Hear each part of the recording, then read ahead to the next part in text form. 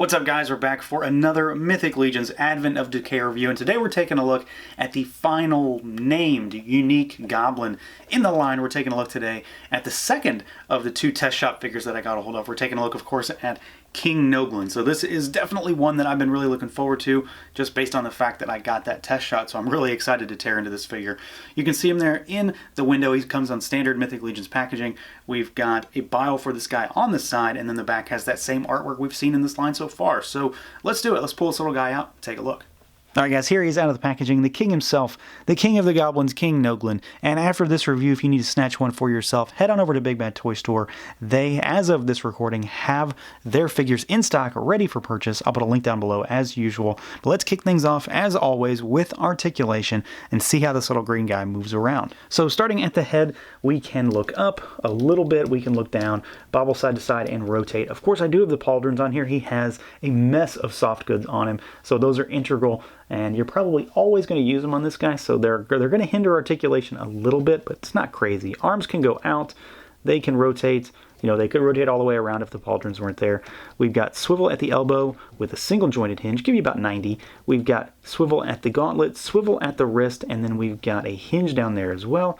We've got an upper diaphragm swivel left and right, a little bobble, and then a little back and forth. We do have a waist twist. We've got legs that go out, they kick forward, they kick back, thigh cut. We've got a single jointed knee with rotation, and then down at the ankles we have the rotation, we've got a full rocker, and then we've got a hinge down there. So in terms of this line, he has everything that you would expect him to have. He doesn't have anything that anybody else has, and he's also not missing anything. So he is, par for the course at this point. As is the case with a lot of these figures, the look is the big draw, and that's no exception here. The sculpt on this guy, the paint applications, everything about this particular figure is really doing it for me. Even the soft goods, although they were a little frustrating, and I'll go into why. But we have got, a lot of parts reuse here. We've seen a lot of this before, but that's okay. His paint scheme is really what stands out to me. He's decked out in gold, basically. So very Goblin King-esque. If they're trying to get that point hammered home, I think it works really well. You can see that his armor is really old. It's worn. It's pitted. It's got scrapes all over it. And of course, it's got a ton of patina on it. It's been used. It's got a lot of black wash in there, which I really, really, really like. I dig the pauldrons on this guy. He doesn't have any of the big garish ones. He's got the smaller ones. These are the same ones that Nubnik had, if memory serves. So we've got those. Those look fantastic. Exposed chainmail, as usual, always a cool feature, always a cool little touch that I like to see on these figures, even though they pretty much all have it. It's always nice to see it.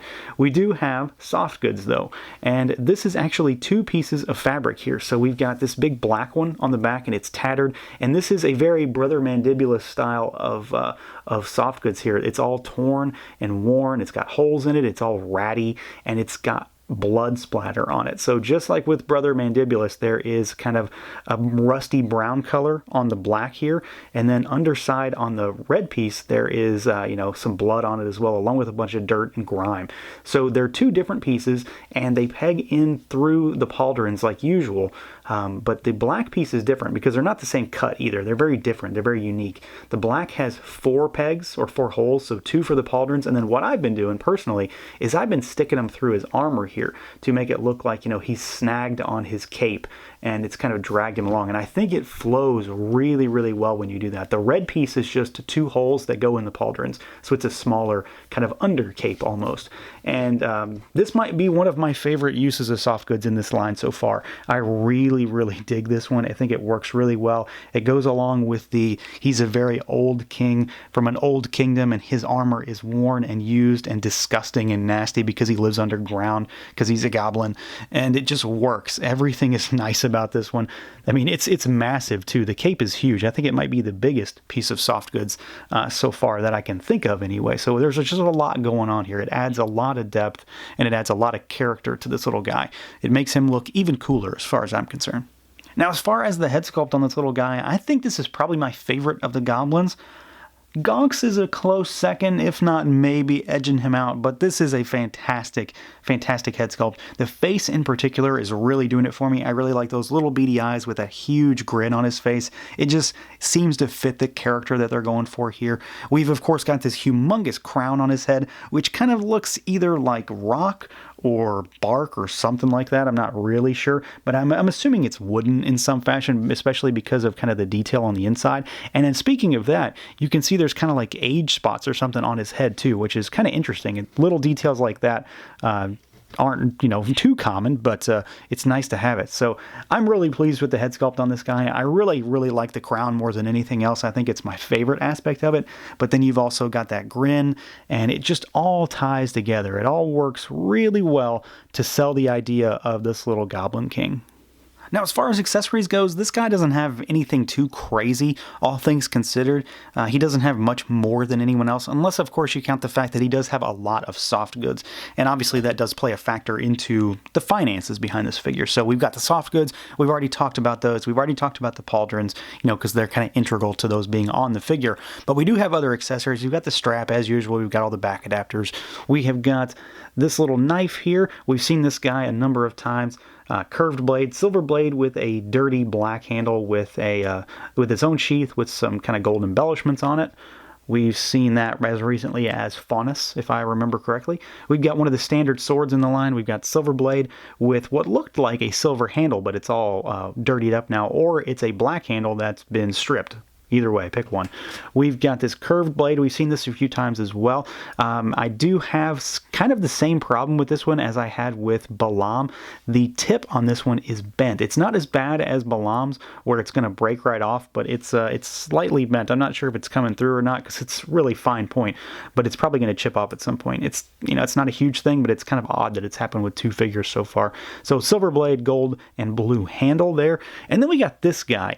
This thing is absolutely massive. It is, I mean, it's twice as tall as the figure almost. It's a good like 10 inches tall, and it's just a humongous staff with a club at the end of it, and it's got a little point there. It's really dirtied, it's patinaed, it's kind of bronzish gold with a lot of wash in there.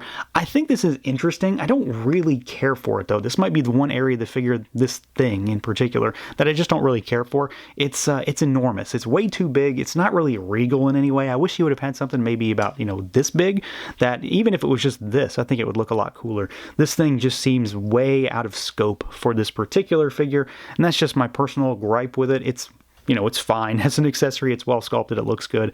You know, typical Horseman fare, but I don't think it really goes with this little guy. And just like with Faunus, you know, because we can, and we're going to take a quick look at the test shot versus production. And it's not really a comparison because you can't compare the two. It's just cool to see them side by side. So I was really pleased with this guy when I first got the test shot. You know, it was a cool experience. It's fun. It's something unique to have in the collection. But having the finished thing on my shelf in my hands is fantastic. And when you add the soft goods, it adds an entirely different layer, because that's something that we didn't get with the test shots because, you know, it's not plastic. So having that really elevates this figure, not to mention the fact, I mean, just look at all that paint that's on there. You can really tell just how much goes into these figures when you see them next to the blank canvas that the test shot is. So there you go. Not a real comparison, but, you know, sort of a comparison.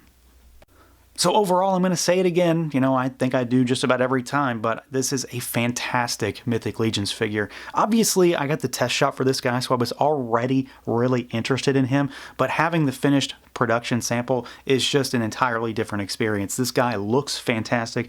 I love his armor. I love that crazy crown on his head. I love his weird little smirk. My only real issue is that the soft goods are slightly cumbersome, but once I got them how I wanted them, I'm really happy with them. And then his staff thing is honestly just way too big. I don't really care for it. I'm much more interested in his curved sword than anything else. But that's just, you know, nitpicky stuff for me personally. There's nothing really technically wrong here. This figure is fantastic and a great way to cap off the named goblins in the line. So that's going to do it for this look at the Mythic Legions Advent of Decay King GLIN figure from the Four Horsemen. Let me know what you guys think. Feel free to like, comment, subscribe, and share, and until next time.